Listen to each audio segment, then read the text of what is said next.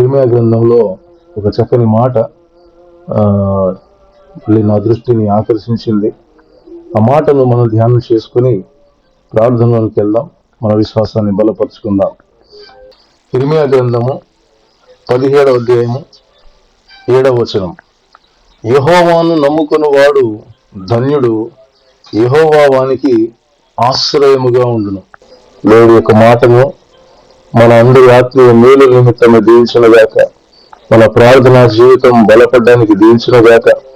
మనం ఇంకా ఆయనను నమ్ముకుని ఆ ధన్యతలోకి వచ్చి ఆయన మనకు ఆశ్రయంగా ఉంటాడు అన్న ఆ వాగ్దానమును స్వతంత్రించుకుంటూ ఇంకా ముందుకు ధన్యకరమైన జీవితం కలిగి ఉంట కొరకై దేవుడి మాటలు దీవించి ఆస్వాదించినగాక. మా ప్రేమ దేవాపరులకు తండ్రి, వాక్స్వరూపమైనటువంటి దేవా మరొకసారి నీ పాసందుకు వస్తుంటున్నాం. ఇర్మీయా గ్రంథము 17వ అధ్యాయము 7వ వచనాన్ని మేము చదువుకొని ఉంటున్నాం. ప్రభా, ఈ మాటలు ఉన్నటువంటి నీ ఉద్దేశం ఏమిటో, నీ మనస్సు ఏమిటో, నీ యొక్క ఆలోచన ఏమిటో, లేదా జీవం గల దేవుడు నీవు నైనా నిత్య జీవపు మాటలు కలిగిన వాడు యేసయ్య.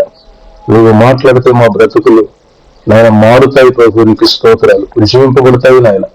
మనుషులు రొట్టె వల్ల మాత్రమే కాదు, నీ నోటి నుండి వచ్చే ప్రతి మాట వలన జీవిస్తారని వాక్యం రాయబడిన ప్రకారం మా తండ్రి నీ యొక్క వాక్కు చేత మాకు ఆత్మీహారం అందించి మా విశ్వాసాన్ని బలపరిచి విశ్వాస సహితమైన ప్రార్థన నుంచి ఇటుకు మీ కృపదయచేయమని వేలాది వందనాలు కృతజ్ఞతాస్తుతులతో యేసునామమున అడిగి వేడుకుంటున్నాను పరమ తండ్రి, ఆమేన్.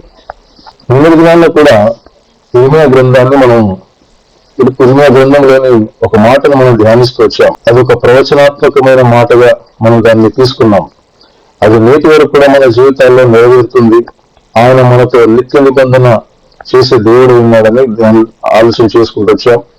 ఇర్మీయా కాలంలో ఇర్మీయా గ్రంథంలో దేవుడు ఎందుకు ఆ మాటలు చెప్పాడు, ఆ రోజుల్లో ప్రజలు, ఆ రోజుల్లో రాజు ప్రవక్తలు ఏ పరిస్థితుల్లో ఉన్నారు, దేవుని యొక్క ప్రజలు మొత్తం ఆ దేశం అంతా కూడా దేవుని దృష్టిలో ఏ విధంగా ఉన్నారనేది మనం చాలా డీటెయిల్ గా ధ్యానం చేస్తూ వచ్చాం. దాని యొక్క బ్యాక్గ్రౌండ్ ఒక్క మాటలో చెప్పాలంటే, ఇర్మీయా కాలంలో యోషియా రాజు మొదలుకొని ప్రవక్తలందరూ, ఆ తర్వాత ఇశ్రాయేలు అందరూ కూడా they were in to wrong way. వాళ్ళు రాంగ్ రూట్ లో వెళ్తా ఉన్నారు. వాళ్ళు ఎన్నెన్నో మరి దేవుని ఆశ్రయించకుండా ఈ లోకాన్ని ఆశ్రయిస్తూ అబద్ధ ప్రవక్తల మీద ఆధారపడుతూ రాజుల మీద నమ్మకం పెట్టుకుంటూ ఆ యోషియా రాజు మీద నమ్మకం పెట్టి వాళ్ళు పూర్తిగా దాదాపు ఎక్కువ శాతం మట్టుకు ప్రజలు 75% అని చెప్పుకోవచ్చు. ఆ 75% ఇశ్రాయేలు ప్రజలందరూ కూడా దేవుని నుండి తమ మనసును త్రిప్పుకొని వాళ్ళు లోకానుసారంగా ఇష్టానుసారంగా బ్రతుకుతున్నటువంటి దినాలవి. ఆ దినాలలో దేవుడు ఎంతో వాళ్ళకి వార్నింగ్ ఇస్తూ వచ్చాడు. వాళ్ళు వినకపోగా అబద్ధ ప్రవక్తలు యెహోవా వాక్కు ఇదే అని అబద్ధ ప్రవచనాలు చెప్పేంత దిగజారిపోయినారు. భయంకరమైనటువంటి విషయం. ఒక మాట చెప్పాలంటే, దేవుని యొక్క మాట వాళ్ళ సొంత మాటగా చెప్పడం ప్రారంభించడం, అది ఇంకా దుర్మార్గం అని చెప్పుకోవచ్చు. చాలా దరిద్రత అని కూడా చెప్పుకోవచ్చు. ఈ రోజుల్లో అలాంటి పరిస్థితులే సంఘాల్లో సేవకుల మధ్యలో కనబడతా ఉన్నాయి. ఇష్టం వచ్చినట్టుగా వాక్యాలు చెప్తా ఉన్నారు. అంటే తమకు అనుకూలంగా వాక్యాన్ని మలుచుకుంటున్నారు, తమకు అనుకూలంగా ఇంటర్ప్రిటేషన్ చేస్తున్నారు, తమకు అనుకూలంగా వక్రీకరిస్తున్నారని చెప్పొచ్చు ఒక మాట చెప్పాలంటే. దానిని బట్టి క్రైస్తవ సమాజము సోషల్ మీడియాలో కూడా నవ్వుల పాలవుతుందని నేను జ్ఞాపకం చేసుకున్నాను. దీన్ని బట్టి నాకు అర్థమవుతున్న విషయం ఏంటంటే, ఈ ఇర్మీయా గ్రంథాన్ని మనం ఒకవేళ సీరియల్ గా ధ్యానించుకుంటూ పోతే బాగుంటుందేమో అన్న ఆలోచన కూడా నాకు వస్తా ఉంది. ఎందుకంటే ఇందులో చాలా బలమైన మాటలు ఉన్నాయి. అండ్ నేటి వరకు కూడా ఇర్మీయా ప్రవక్త ద్వారా పలికినటువంటి ఆ మాటలు నేటి వరకు కూడా మనకు వర్తిస్తాయి అన్నంత ఆ బలము, ఆ జీవం అందులో ఉంటుంది. నేటి వరకు కూడా మనకు వర్తిస్తుంది అన్నంత లైవ్ గా ఉంటుంది దేవుని వాక్యం, ఇర్మీయా గ్రంథం ప్రత్యేకంగా. దేవునామానికి స్తోత్రాలు. దేవుని చిత్తమైతే మనం రానున్న దినాల్లో ఈ ఇర్మీయా గ్రంథాన్ని మొదటి అధ్యాయం నుండి చివరి అధ్యాయం వరకు ధ్యానించుకుంటా పోతే బాగుంటుందని నాకు ఆలోచన వస్తూ ఉంది. ఒక్కొక్క మాట ఇందులో వాడబడినటువంటి ఒక్కొక్క మాట దేవుడు తన ఆవేదనతో ప్రేమతో, ఓపికతో, సహనంతో దేవుడు మాట్లాడేటువంటి ప్రతి మాట కూడా చాలా పవర్ఫుల్ గా ఉంటాయి, చాలా మీనింగ్ఫుల్ గా ఉంటాయి, చాలా ఇంకా లోతుల్లో ఉన్నటువంటి అర్థాలతో కూడినటువంటి మాటలు ఈ ఇర్మియా గ్రంథంలో మనకు కనబడుతూ ఉంటాయి. నేను చూసాం కదా, ఎక్కడ బైబిల్లో ఆది కాండం నుంచి ప్రకటన గ్రంథం వరకు లేనటువంటి మాటలు కేవలం 2వ అధ్యాయం 2వ వచనంలో కనబడుతుంది. ఏంటంటే, ఓ ఇశ్రాయేలు ప్రజలారా, అరణ్యంలోను విత్తనములు వేయదగని దేశములోను మీరు నన్ను వెంబడిస్తూ నీ యవన కాలంలో నువ్వు కనపరిచిన అనురాగమును, నీ వైవాహిక ప్రేమను నేను జ్ఞాపకం చేసుకుంటూ ఉన్నాను అంటున్నాడు దేవుడు. ఎంత ఇశ్రాయేలు ప్రజలు దేవుని ప్రేమించినారు, దేవుడు ఇశ్రాయేలు ప్రజల్ని ప్రేమించినాడు. ఈ పరస్పర ప్రేమను దేవుడు ఎంత వాంఛిస్తున్నాడు. అందుకే ప్రకటన గ్రంథంలో కూడా అంటాడు ఒక సంఘంతో ఏమనంటే, నీవు నీ మొదటి ప్రేమను వదిలితివి, ఆ నేరం నేను నీ మీద మోపుతున్నాను అంటాడు. You have lost the first love.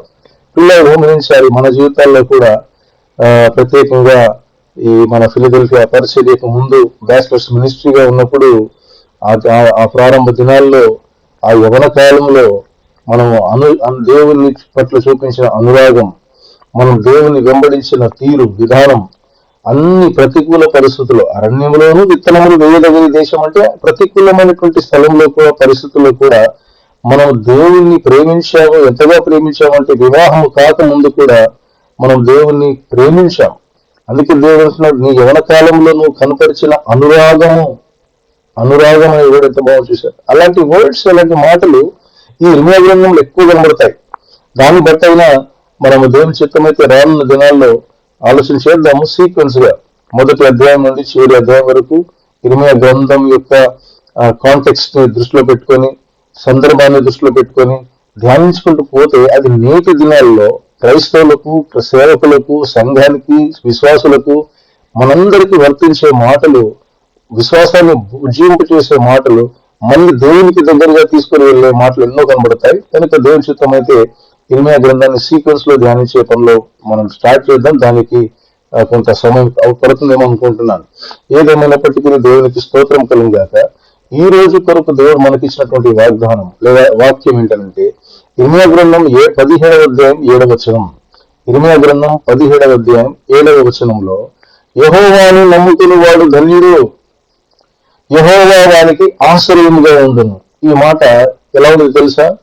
బలమైనటువంటి వాగ్దానం చేస్తున్నాడు, బలమైన మాట ఇస్తున్నాడు. ఏం తెలుసా?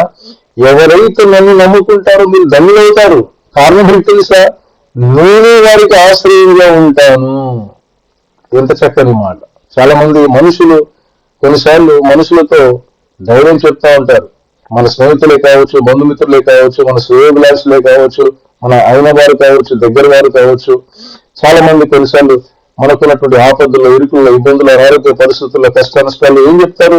ధైర్యం చెప్తారు వాళ్ళు. మీరేం భయపడద్దు, నేనున్నాను కదా, నేను నేను ఆదుకుంటాను కదా, నేను మీకు తోడుగా ఉంటాను కదా అని ఇలాంటి ధైర్యంతో కూడిన మాటలు చాలా మాట్లాడే వాళ్ళు తక్కువగా ఉంటారు. అలాగా ఒక మనిషి ధైర్యం చెప్తే, ప్రియులారా, మనిషి ధైర్యం చెప్తే మనకు ఎంత ధైర్యం అనిపిస్తుంది, ఎంత ఆదరణ అనిపిస్తుంది. అలాంటిది ఇక్కడ దేవుడే ఆ మాట ఇస్తున్నాడు. ఏం తెలుసా? యెహోవాను నమ్ముకుని వాడు ధన్యుడు, యెహోవా వానికి ఆశ్రయముగా ఉంటుంది. నేను మిమ్మల్ని ఆశ్రయం చేస్తాను, మిమ్మల్ని ఆదుకుంటాను అనే మాట. దేవునామానికి స్తోత్రాలు కలుగుగాక. నా ప్రేమైనటువంటి సోదరి సోదరులారా, ఈ వాక్యంలో ఈ 5, 6, 7, 8 ఈ 4 వచనాలలో ఒక చెట్టుతో పోల్చబడింది. ఎవరు దేవుని ఆశ్రయిస్తారో, ఎవరు దేవుని నమ్ముకుంటారో వాళ్ళ బ్రతుకులు లాగుంటాయి. దేంతో పోల్చబడింది? 2 రకాలైనటువంటి చెట్లతో పోల్చబడింది. ఒక చెట్టు చూడండి, 5వ వచనంలో రాయబడి ఉంటుంది, నరులను ఆశ్రయించి శరీరులను తనకు ఆధారముగా చేసుకుంటూ తన హృదయము యెహోవా మీరుగా నుండి తొలగించుకునే వాడు శాపగ్రస్తుడు. ఇది ఇర్మియా కాలంలో ఉన్నటువంటి ఇశ్రాయేలీయుల యొక్క పరిస్థితి. దాన్ని ఎలా వర్ణిస్తున్నారు దేవుడు? సింపుల్ గా చెప్పేయచ్చు కదా, మీరు ఎందుకురా బాబు మనుషులను ఆశ్రయిస్తున్నారు? ఆమె సహాయం చేస్తా ఉన్నాడు, ఈయన సహాయం చేస్తా ఉన్నాడు, ఆమె సహాయం చేస్తాను, ఈమె సహాయం చేస్తుందని మనుషులను వాళ్ళ మీద ఆధారపడుతున్నారా? మీరు శరీరాన్ని ఆధారం చేసుకుంటున్నారా? అలాంటి వారందరూ యెహోవా మీద హృదయం తొలగించుకున్నారు. అలాంటి వారు శాపగ్రస్తులు అవుతారు అనే మాట చెప్పుకుంటూ ఎవరైతే యెహోవాను ఆశ్రయిస్తారో వారు ధన్యులు, దీవించబడతారు. సింపుల్.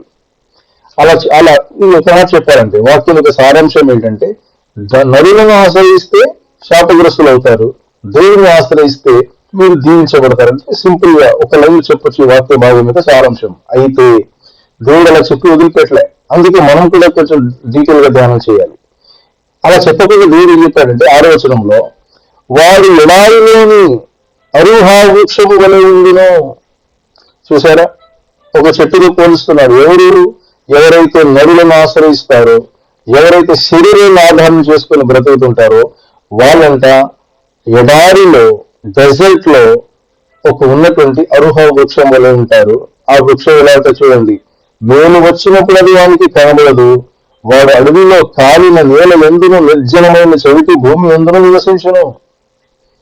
ఎక్కడ ఉంటుందంటే ఈ యొక్క చెట్టు ఎడారిలో ఉంటుంది. ఎడారి ఎట్లా ఉంటుంది మనకు తెలుసు కదా, మన రాజస్థాన్ లో ఉన్నటువంటి ఆ ఇసుక ఎడారిని మీరు గమనించినట్లయితే కంటికి కనబడుతున్న భూభాగం అంతా కూడా ఎక్కడ చూసినా ఇసుక ఉంటుంది. మనం సముద్రం దగ్గరికి వెళ్తే సముద్ర తీరాల్లో మాత్రమే ఆ బీచ్ దగ్గర మనకి ఇసుక కనబడుతుంది, కొంత డిస్టెన్స్ లో కనబడుతుంది. అక్కడే మనం స్పీడ్ గా నడవలేం. ఆ ఇసుకలో కాళ్ళు లోపలికి వెళ్ళిపోతా ఉంటాయి. ఆ తర్వాత ఇసుకంతా మనకు అంటుకుంటా ఉంటది. అది కొంత ఎంజాయ్ చేసినంత సేపు బాగుంటది, తర్వాత దాని యొక్క ఇరిటేషన్ వేరుంటది. అలాంటి ప్లేస్ లో నీళ్లు దొరకవు, దాహం భయంకరంగా అవుతుంది, వేడి ఎక్కువ ఉంటుంది. ప్రియాలు గమనించాలి, ఎక్కువ దూరం నడవలేము. అలాంటి ఎడారిలో ఒక చెట్టు మొలిసిందంట. ఎలా ఉంటుంది ఒకసారి ఊహించుకోండి. భూమిలో నేల ఉందా సరిగా, పైనంత ఇసుకే ఉంటుంది. ఇంకా చెట్టు ఎలా ఉంటది, డెఫినెట్ గా పచ్చగా మాత్రం ఉండదు.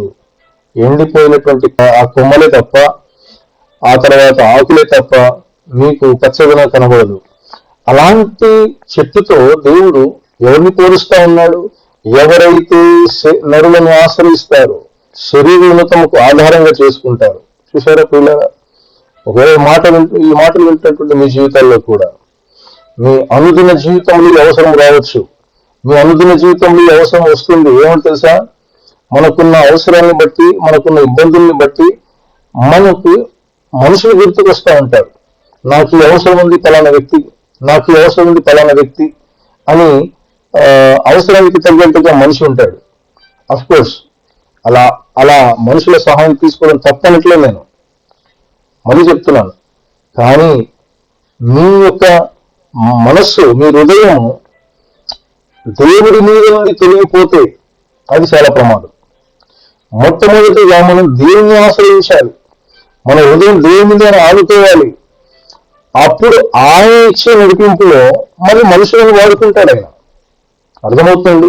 అంటే ఒక్క మాట చెప్పాలంటే, దేవుని చిత్త ప్రకారంలో ఆయన ఏర్పాట్లో ఎవరైతే మీకు సహాయంగా పంపిస్తాడో డెఫినెట్ గా వాళ్ళు మీకు సహాయపడతారు. అది కాకుండా ఆత్మ నడిపింపు లేకుండా, దేవుని యొక్క నడిపింపు లేకుండా, దేవుని సహాయం లేకుండా కేవలం మనుషులను ఆశ్రయిస్తారే వాళ్ళు చాలా. ఇంకో మాట నాకు ఇప్పుడు వస్తున్న థాట్, నా దృష్టికి, అంటే నా సొంత ఆలోచన, ఇక్కడ ఎండిపోయిన చెట్టును చూపిస్తా ఉన్నాడు. నాకు మాత్రం ఏమనిపిస్తుందంటే, ఆకులాగా ఎండిపోయిన ఆకు, అది ఇటు గాలి వస్తే ఇటు కొట్టుకొని పోతుంది, అటు గాలి వస్తే అటు ఇటు కొట్టుకొని పోతుంది. చాలా మంది తమకున్నటువంటి ఇరుకు ఇబ్బందుల్లో ఇలాగ ఎండిపోయిన ఆకులాగా ఉంటారో అనిపిస్తుంది నాకు. ఎటు గాలి కొడితే అటు, అంటే ఎక్కడ వారు ఎటు పంపిస్తే అటు పరిగెడతారు. ఆ తర్వాత ఎవరిని పడితే వాళ్ళు ఆశ్రయిస్తారు. వీళ్ళ బ్రతుకు ఫుట్బాల్ లాగానే ఉంటుంది. నా ప్రేమైన సోదరి సోదరులారా, విశ్వాసులమైన మన జీవితాలు అలా ఉండకూడదు. విశ్వాసులమైన మన జీవితాలు ఎలా ఉండాలంటే, మొట్టమొదటిగా దేవుడి మీదనే ఆనుకొని ఆయన ఏమడగాలంటే, ప్రభువా నాకు ఈ అవసరత ఉంది, నాకు ఈ ప్రాబ్లం ఉంది, నాకు ఈ సమస్య ఉంది, ఆకాశం ముందు నీవు తప్ప నాకు ఎవరు లేరు, నీవు నాకు సహాయం చేయమని ఎంతగా మన హృదయాన్ని ప్రభు దగ్గర కుమ్మరించుకుంటామో, మన హృదయంలో విశ్వాసముతో, పూర్ణ హృదయంతో విశ్వాసముతో మనం ఎప్పుడైతే దేవుడి మీద ఆనుకుంటామో, ఆయన నమ్ముకుంటామో, ఆ ప్రార్థనలు లేదా దేవుడు అద్భుత రీతిగా మనుషులని పంపిస్తాడు. ఎవరి ద్వారా మనకు రోజుల సహాయం రావాలని దేవుడు నిర్ణయిస్తాడు. దేవుని సహాయం ద్వారా మనుషులు వచ్చి మనకు సహాయం చేస్తారు.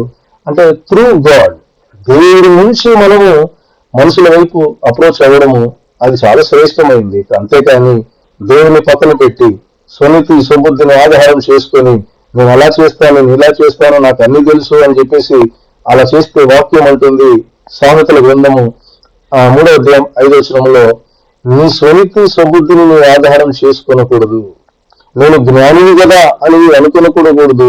నీ పూర్ణ హృదయంతో యెహోవా యందు నమ్మకం ఉంచుము, అప్పుడు నీ త్రోవలు సరళం చేయబడును. ఈ మార్గాలన్నీ సరళమైపోతాయి. కారణం ఏంటి తెలుసా? దేవుడు ఆశ్రయంగా వస్తాడు, ఆయన మహిమ కొరకు ఆయన ఏదైనా చేస్తాడు. ఇక్కడ రెండవ చెట్టుతో పోల్చబడడం జరిగింది. ఏ చెట్టు? 8వ వచనం, వాడు జలముల యొద్ద నాటబడిన చెట్టు వలె ఉండును. జలముల యొద్ద, ఎడారి ఉండదు ఇంకా అక్కడ. నీటి కాలువ ఎర్రన నాటబడినది, ఆకుబాడక తన కాలం ముందు ఫలమిచ్చే చెట్టు వలె. ఈ ప్రసంగాలు, ఈ చెట్టు గురించి ఇంకా చెప్పాల్సిన అవసరం లేదు. ఎన్నో ప్రసంగాలు మనం విన్నాం. సో సింపుల్ గా ఈ 2 రకాల చెట్లతో పోల్చబడ్డారు మనుషులు. 2 రకాల మనుషులు, 2 రకాల చెట్లు. ఒకటి ఔహ వృక్షము, ఎడారిలో పెరిగేది, అది వాడిపోయి ఉంటుంది. ఎవరు వీళ్ళందరూ అంటే, నరులను ఆశ్రయించి శరీరం తమకు ఆధారంగా చేసుకుంటూ తమ హృదయము దేవుడి మీద నుండి తొలగించుకుంటారంట. దేవుడిని పక్కన పెట్టేస్తారు వీళ్ళు, దేవుని ఆశ్రయించారు. అది చాలా భయంకరమైనటువంటి ఆత్మీయ జీవితము. ఇది దేన్ని బట్టి వస్తుందంటే, ఆ కష్టము, నష్టము, ఇరుకు, ఇబ్బంది, అనారోగ్యము ఇంటెన్సిటీని బట్టి. అంటే ఎంత తీవ్రత ఉంటుందో మనకి ఏమనిపిస్తుంది తెలుసా? వామ్మో, నాకు ఇంత భయంకరమైన ఈ అవసరత, ఈ పరిస్థితి, నాకు ఎవరు హెల్ప్ చేయగలుగుతారు? ఇంకా దేవుడి మీద ఆధారపడి ఆనుకొని నాకు అంత టైం లేదు అనుకుంటారు. ఏదైనా పీకల దాకా వచ్చినా కూడా. అందుకే దేవుడు ప్రకటన గ్రంథంలో అంటాడు, నీవు మరణం వరకు నమ్మకంగా ఉండు, నేను నీకు జీవ కిరీటం ఇస్తానంటాడు. ఆ తర్వాత అబ్రహాము జీవితంలో చివరి క్షణంలో ఇస్సాకు మీద ఆ కత్తి పడే వరకు కూడా దేవుడు సైలెంట్ గా ఉన్నాడు. చివరి క్షణంలో దేవుడు తన కార్యం జరిగిస్తాడు. సో వెయిట్ అండ్ సీ, అంతే. దేవుని నామానికి స్తోత్రాలు. 2వ రకమైనటువంటి వారు ఎవరంటే, యెహోవాను నమ్ముకునేవారు. వాళ్ళు ఎలా ఉంటారంటే, జలముల వద్ద నాటబడిన చెట్టులు ఉంటారని చెప్పి ఇక్కడ ఒక వర్డ్ యాడ్ చేయబడింది. ఏంటో తెలుసా? అది కాలువల ఓరను, దాని వేలు తన్నును, వెట్ట కలిగినను దానికి భయపడదు, దాని ఆకు పచ్చగా ఉండును, వర్షం లేని సంవత్సరం నా చింత నుండదు, కాపు మానదు. Wow, beautiful word. నన్ను అడిగితే ఎంతమంది అయితే దేవుని మీద ఆధారపడుతున్నారో, ఈ అనుభవం మీకు ఉందో, మీరు ఈ వచనాన్ని మీరు బైహార్ట్ చేసుకోండి, కంఠత చేసుకోండి. ఏంటో ఏ మాట తెలుసా? వర్షం లేని సంవత్సరము నా చింత నిండదు, కాపు మానదు, వెట్ట కలిగిన దానికి భయము రాదు, భయపడదు. ఇది అండర్లైన్ చేసుకోండి. మీరు దీన్ని కంఠత చేసుకొని ప్రతిదినం మీ ప్రార్థనలు ఎత్తిపట్టండి. ఏమో తెలుసా? ప్రభువా, నేను ఎడారిలో ఉన్న అరుహ వృక్షం వలె ఉండదు ప్రభువా, నేను జలముల యొద్ద నాటబడినటువంటి చెట్టు వలె ఉంటాను. ఆ చెట్టు ఎలాంటిదంటే, వర్షం లేని సంవత్సరము నా చింత నిండదు, కాపు మానదు. ఎంత చక్కని మాట అండి బాబు. ఈ మాటలు వింటా ఉంటేనే విశ్వాసం అలా బలపడుతుంది, ధైర్యం వస్తుంది. దేవునామానికి స్తోత్రాలు కలుగుగాక. ఉజ్జియా మహారాజు విషయంలో కూడా వాక్యం ఇచ్చిన సాక్ష్యం ఏంటనంటే, పరిశుద్ధాత్మ ఇచ్చిన సాక్ష్యం ఏంటనంటే, రాజు నుండి దేవుని ఆశ్రయించే వ్యక్తి అంటారు ఉజ్జియా జీవితంలో. అందుకే ఇక్కడ రాయబడింది, అతడు దేవునిని ఆశ్రయించినంత కాలము అతడు వర్ధిల్లుచూ వచ్చాను. వావ్, ఒక రాజు. దేవునామానికి స్తోత్రాలు. మరి సామాన్యమైనటువంటి మన జీవితాల్లో కూడా ఏ విధంగా గొర్రెల కాపరిగా ఉన్న దావీదును రాజుగా చేసినాడు. ఎందుకంటే ఆశ్రయదుర్గం అన్నాడు దావీదు కూడా, దేవుని ఆశ్రయించే వ్యక్తి కాబట్టి. దేవునికి స్తోత్రములు.